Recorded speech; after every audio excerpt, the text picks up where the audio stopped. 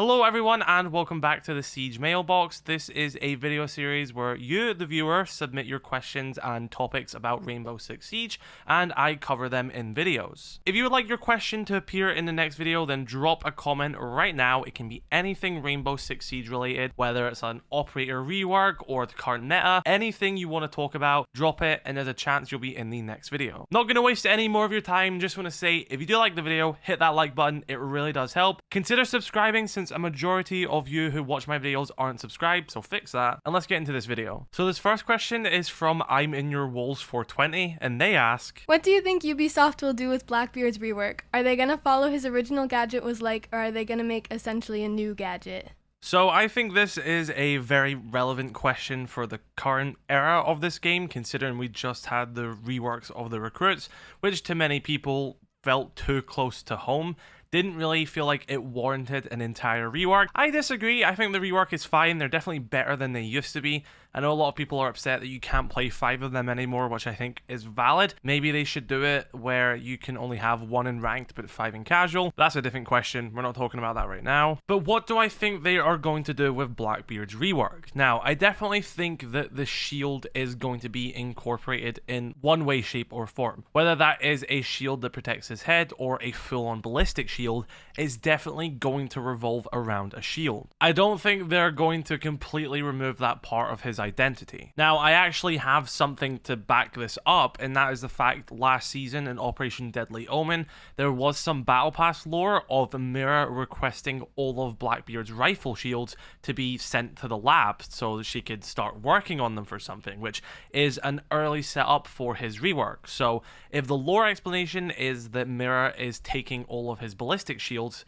and working on them, I can imagine that there is going to be a shield incorporation in some form of capacity. But the question is, what are they going to do? If we think about Blackbeard's shield and turning it into a ballistic shield, you think of Osa. Osa should have been a Blackbeard rework. We've probably talked about this a million times. But I really can't imagine him just going back into the realm of a face shield. That is the major issue with Blackbeard.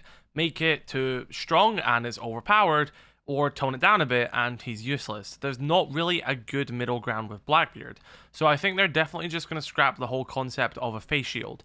And you also have to keep in mind, last season, Operation Deadly Omen, the same time we got this set up for the Blackbeard rework, there has also been a shield rework, which is a major thing in the game right now. A lot of people think they're overtuned, they're still balancing them, but shields do have a rework, and more operators will be getting a ballistic shield. Thermite will be getting it at some time this year. I know a lot of people don't believe me when I say that, but that is true. This was teased at the Year 9 reveal. So I definitely think that he'll maybe get a shield more along the lines of a special ability like Monty and Blitz. Could be a slower shield which has a mounting capability, or in some way, shape, or form the ability to shoot through the shield with like a hole or something like that. Don't know how you would make that where that wouldn't be overpowered, but there's some crazy things in this game which sound overpowered on paper and are actually somewhat underpowered, so it could be along the lines of that. So honestly, if we're going off the recruit rework, it might be similar to how Blackbeard currently is, but I like to think that he'll get more of a substantial change. And I'm going to guess it's going to be down the route of a more ballistic style shield. This next question comes from Shannon and they ask, what maps do you think got worse after the rework? Now, I think this is a great question. I honestly believe pretty much every map post-rework was better than their counterpart. I think all the ones which are reworked for ranked and done for ranked were great. However, I think the ones which were done as casual reworks, which was a thing a few years ago when the vision of this game was completely bonkers, and it's clear that the people who are making the decisions were just all over the place. It was a mess. And for whatever reason, they decided that they were going to start reworking casual only maps for casual. Yes, they didn't even be like, oh, let's upgrade this map, let's rework it into a ranked map. They said, let's rework it from casual to casual. Now, luckily, it seems like they realized that this was an extremely dumb idea and stopped it after 2 maps. One of them being Favela, which is honestly fine. I quite like the new Favela map. I thought it was fine when they added it to ranked after the backlash for casual only reworks came. They're like, all right, we'll try put it in ranked and see how it goes. But people didn't like it and they removed it. I thought it was fine, but I do still kind of miss old Favela. But the biggest casualty of this was House. The House rework is just abysmal. It's a terrible map. It's visually bleak. It looks more like a prison than a house.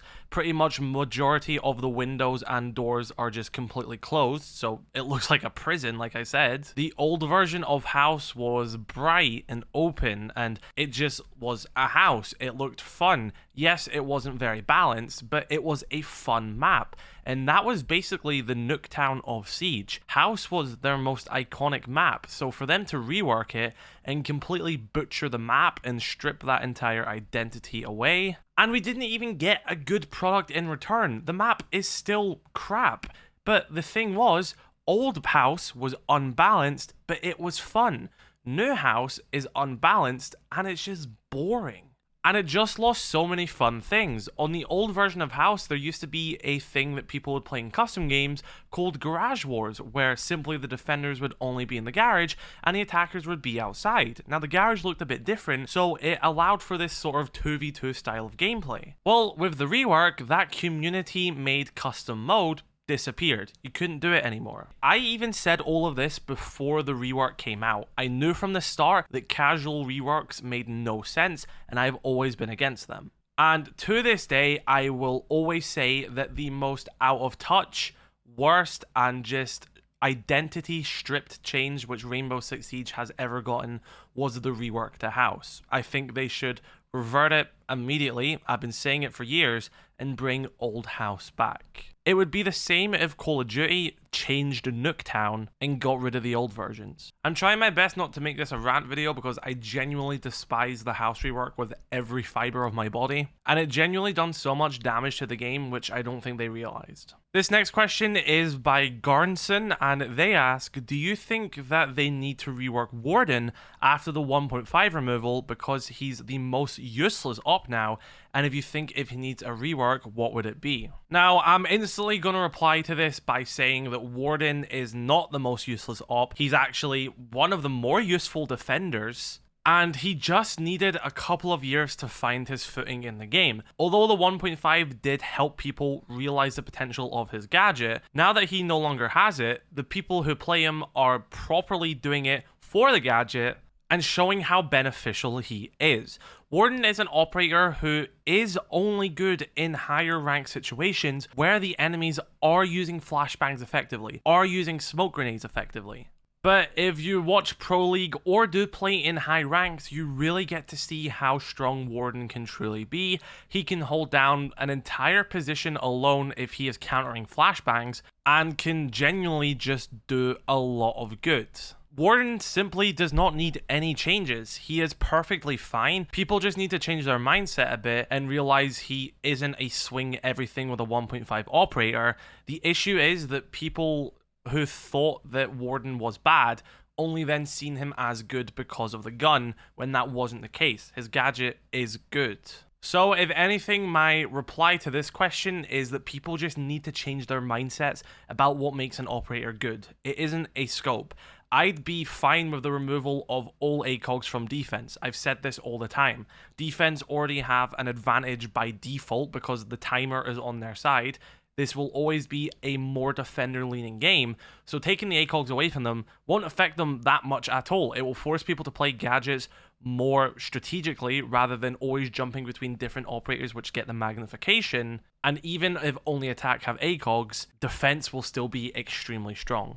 You are completely welcome to disagree with this stance, but I would like to at least see it given a shot for one season, half a season. I like to see how defense plays without any ACOGs, how more operators may be picked over other ones, how new playstyles and not just the swing everything playstyle which a lot of ACOG players will do. And that's the thing, I'm not trying to get rid of that playstyle. I don't think that's necessarily bad and you can be punished for doing that, but it's just to make that a bit more risky for the defenders. The defenders can't just get an ACOG one tap by holding a pixel angle. Make it just a little bit harder for the defense to get that, because defense already have that advantage. They have the better gadgets. They have the map control by default.